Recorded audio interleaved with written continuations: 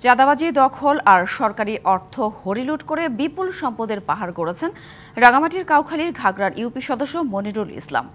এতদিন ভয়ে কেউ মুখ খুলতে না পারলেও ক্ষমতার পালা বদলের পর বেরিয়ে আসছে তার কর্মকাণ্ডের ফিরিস্তি। যদিও মনিরুলের দাবি তিনি সৎভাবে এই সম্পদ অর্জন করেছেন। রাঙামাটি ঘাগড়া ইউনিয়ন পরিষদের ১ নম্বর ওয়ার্ডের সদস্য মনিরুল ইসলাম সরকার কুমিল্লা থেকে ১৯৯২ সালে রাঙামাটিতে বসতি গড়ে তোলেন। স্থায়ীভাবে বসবাস শুরু করেন ২০০২ সালে। এরপর ২০০৭ সালে এলডিপিতে আর ২০০৮ সালে যোগ দেন যুবলীগে। রাতারাতি বাড়তে থাকে তার সম্পদের পরিমাণ।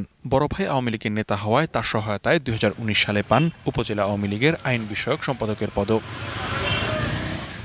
সাধারণ মানুষকে হুমকি ধামকি, চাঁদাবাজি ও দখল বাণিজ্যের অভিযোগ রয়েছে মনিরুলের বিরুদ্ধে। আছে সরকারি প্রকল্পের টাকা হরিলুটের অভিযোগও। কবরস্থান কমিটির সেক্রেটারি তো আমি ছিলাম, কিন্তু আমি জানিও না এটা যে বরাদ্দ হয়েছে, পুরো সম্পূর্ণ বরাদ্দ তো হেরা খাবে।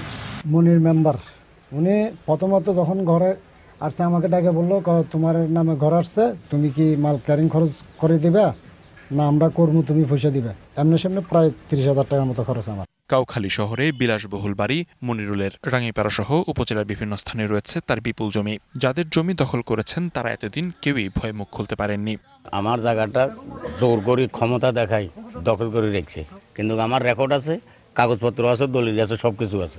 এই দোকানটা ছিল ওর দোকানের পাশে, এখন মানুষের ভাড়া দিয়ে খা, আমার পেটে লাথি মারি। ক্ষমতার পট পরিবর্তনের পর দাপুটে মনিরুল অনেকটাই আত্মগোপনে বললেন তার বিরুদ্ধে সবই অপপ্রচার করা হচ্ছে। প্রভাব কোনো কিছুই না। আসলে আমরা এনে ফেয়ার রাজনীতি করছি। রাজনীতি কারোর উপরে বা কারোর উপরে জুলুম করা, কারোর উপরে জায়গা দখল করা, কারোর বাড়িঘর দখল করা বা কারোর পকেটে টাকা হাতে নেওয়া, এই ধরনের কোনো আমাদের নাই। দ্রুত ভুক্তভোগীদের ক্ষতিপূরণ দেওয়া সহ মনিরুলের বিরুদ্ধে আইনগত ব্যবস্থা নেওয়ার দাবি স্থানীয়দের। DBC news desk.